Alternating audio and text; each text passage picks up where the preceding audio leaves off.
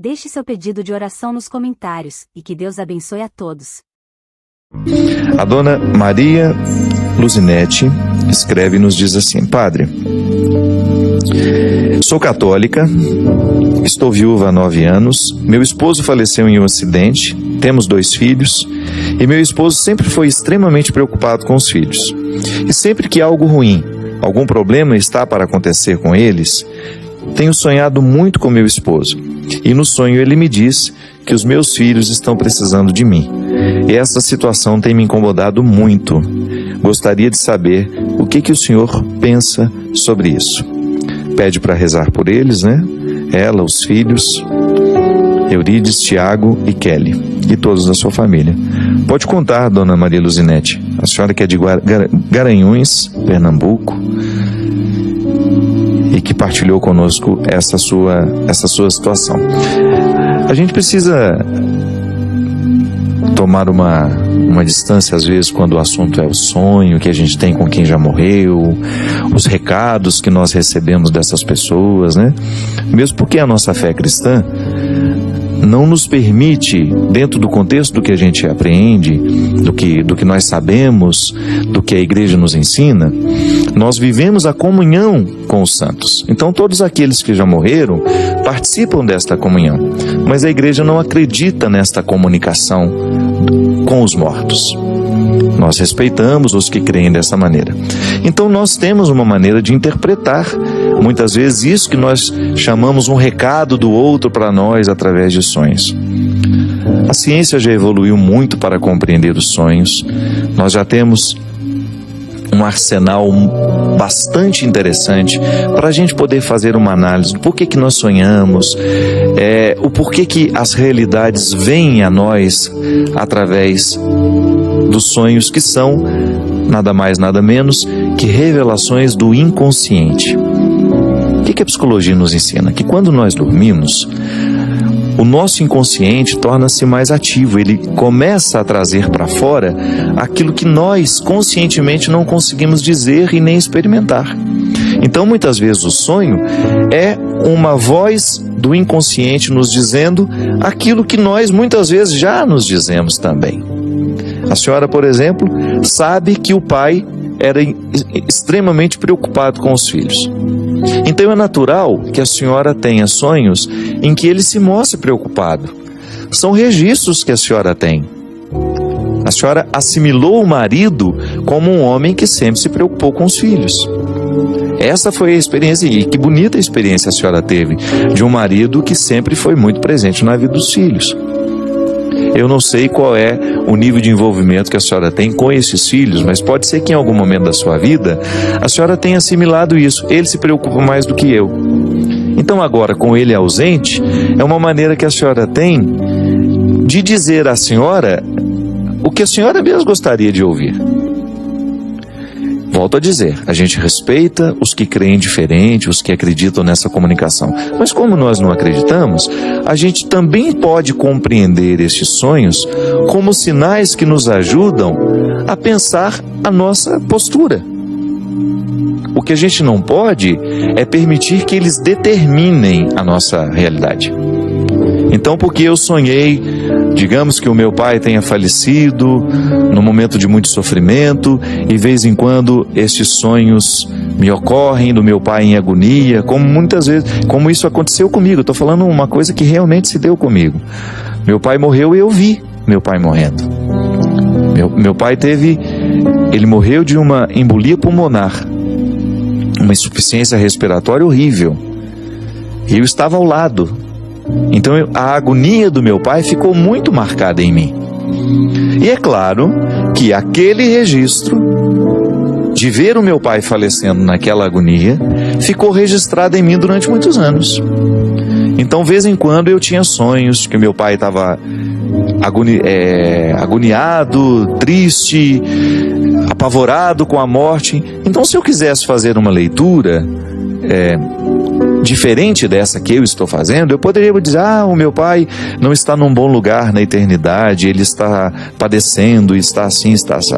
Tudo bem, rezar por aqueles que já morreram é uma coisa. Agora, a gente ficar criando criando situações para a gente poder... É como se a gente ficasse minando a paz da gente, não é verdade? Porque o que eu posso alterar na realidade do meu pai? Mas infelizmente, porque eu tenho registros daquela morte que ficaram no meu inconsciente, quando eu durmo, enquanto eu estou acordado, eu posso até controlar, não vou pensar nisso agora. Vou substituir aquela imagem ruim da morte do meu pai por lembranças boas ao longo da vida dele. E faço isso, porque o meu consciente é uma ferramenta que me ajuda. O consciente, essa realidade que eu estou agora, eu estou consciente do meu momento. Então eu tenho todos os recursos dessa consciência. Vou pensar com sensatez, vou pensar com racionalidade, vou colocar isso, não, os mortos não voltam, os mortos não poderão me fazer nada aqui agora, igual ter medo de quem já morreu, né? Você racionaliza o medo. Por que eu tenho medo se eu sei que eles não podem voltar e me fazer algum mal? Então essa é a minha convicção, pode não ser a sua. Eu estou falando para aqueles que acreditam igual a mim. Eu não acredito que um morto possa me dizer alguma coisa. Agora, eu acredito que toda a memória do morto em mim possa me dizer. Por quê? Porque isso é um registro inconsciente. O outro não morre totalmente, ele fica dentro de nós através das lembranças, da saudade, do amor que a gente ama. Então eu terei, no momento que eu durmo, eu perco esse controle. Eu costumo até dizer que de madrugada eu perco 70% da minha inteligência. Porque às vezes eu acordo e eu penso cada bobagem, cada absurdo, que eu ao longo do meu dia eu não penso.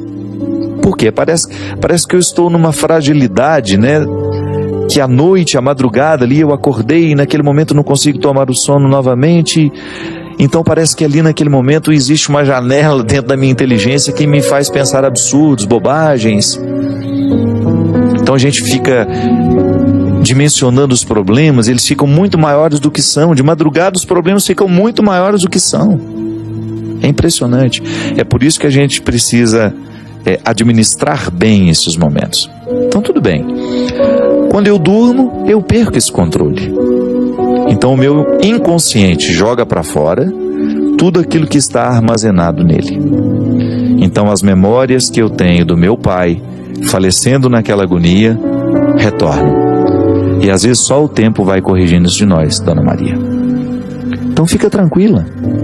Peça a Deus para que o inconsciente da senhora jogue tudo para fora, tudo aquilo que ficou mal resolvido, né, ou bem resolvido, que a gente guarda tudo, para que aos poucos essa presença do marido na vida da senhora se torne natural, se torne uma saudade bonita, que não vá provocar mais esses desconfortos. E eu sei exatamente o que a senhora está falando, porque eu vivi muito isso na minha vida, com a morte do meu pai e também depois com a morte da minha irmã. Então a gente perdeu alguém que é muito próximo a nós, esses registros ficam. Eu estou enfrentando isso agora com a morte da Cleo. De vez em quando tenho sonhos bonitos com ela, mas de vez em quando tenho sonhos horríveis. Naquela triste experiência que eu tive de estar também no último dia de vida dela, de vê-la agonizando e de depois estar lá, naquele IML, reconhecendo o corpo dela.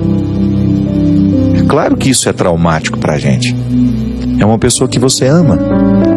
É uma pessoa que até então cuidou de você, que foi sua amiga, que foi sua irmã, que foi sua mãe. A gente não sabe o que o outro se torna para nós no momento que a gente ama. Fica grande dentro de nós. Então hoje eu tenho também, muitas vezes, acordado no meio da noite com pesadelos horríveis com a Cleo. Mas eu tenho consciência de que não é a Cleo me dando recados, sabe? Porque eu creio na generosidade divina, eu creio no amor divino que já acolheu a Cleo. Eu creio mesmo na profunda misericórdia de Deus, olhando para a vida que ela viveu, para a mulher que ela foi. Eu não tenho dúvida de que ela já está na eternidade desfrutando o que há de melhor. Tudo aquilo que minha fé me promete, eu acredito que ela esteja recebendo lá. Então eu racionalizo e penso, isso é um registro meu, não é dela em mim, não é ela querendo falar isso para mim, não, sou eu. que tenho aqui agora que administrar esse luto com todo o peso dessas lembranças. Porque o nosso erro está em a gente pensar que o outro é que está dizendo aquilo pra gente. Eu estou tendo estes sonhos com meu marido porque ele está num lugar muito ruim, ou então eu estou tendo estes sonhos com meu marido porque vai acontecer uma coisa muito ruim com os meus filhos e ele está me avisando. Coisas ruins aos nossos filhos acontecem mesmo quando ninguém nos avisa.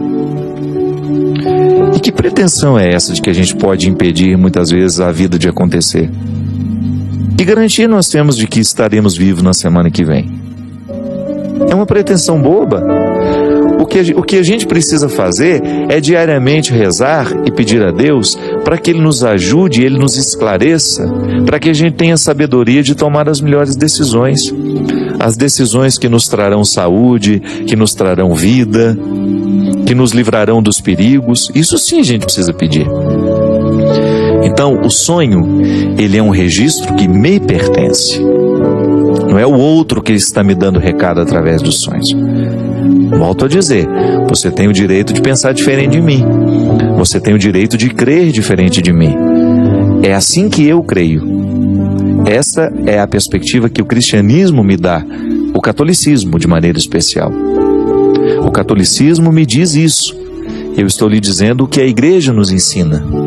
Que os sonhos, em consonância com a ciência, são registros do inconsciente. São recados que o nosso inconsciente nos manda. Aí tudo bem, você pode dar uma dimensão mística a esse sonho, mas jamais pode permitir que ele seja uma determinação daquele que morreu sobre a sua vida. Então o outro não tem essa possibilidade de fazer isso. Eu acredito que quando nós começamos a investigar de maneira humana os nossos fenômenos, a gente tende a resolver melhor as coisas. Tenho muito receio quando questões humanas são tratadas de maneira sobrenatural, sendo elas tão naturais em nós. Será sempre um perigo tratar questões humanas de maneira sobrenatural. Por quê? Porque a gente abre mão dos recursos humanos que são favoráveis a nós, inclusive a ciência, a psicologia, nos ajudando a compreender o significado dos sonhos na nossa vida. Senão a gente vira meio bruxo, né? A gente vai dar um significado sobrenatural àquilo que não é sobrenatural. Nós temos profundo respeito às realidades sobrenaturais, mas também precisamos respeitar as realidades naturais. Eu acho que é uma maneira muito inteligente de viver uma fé encarnada.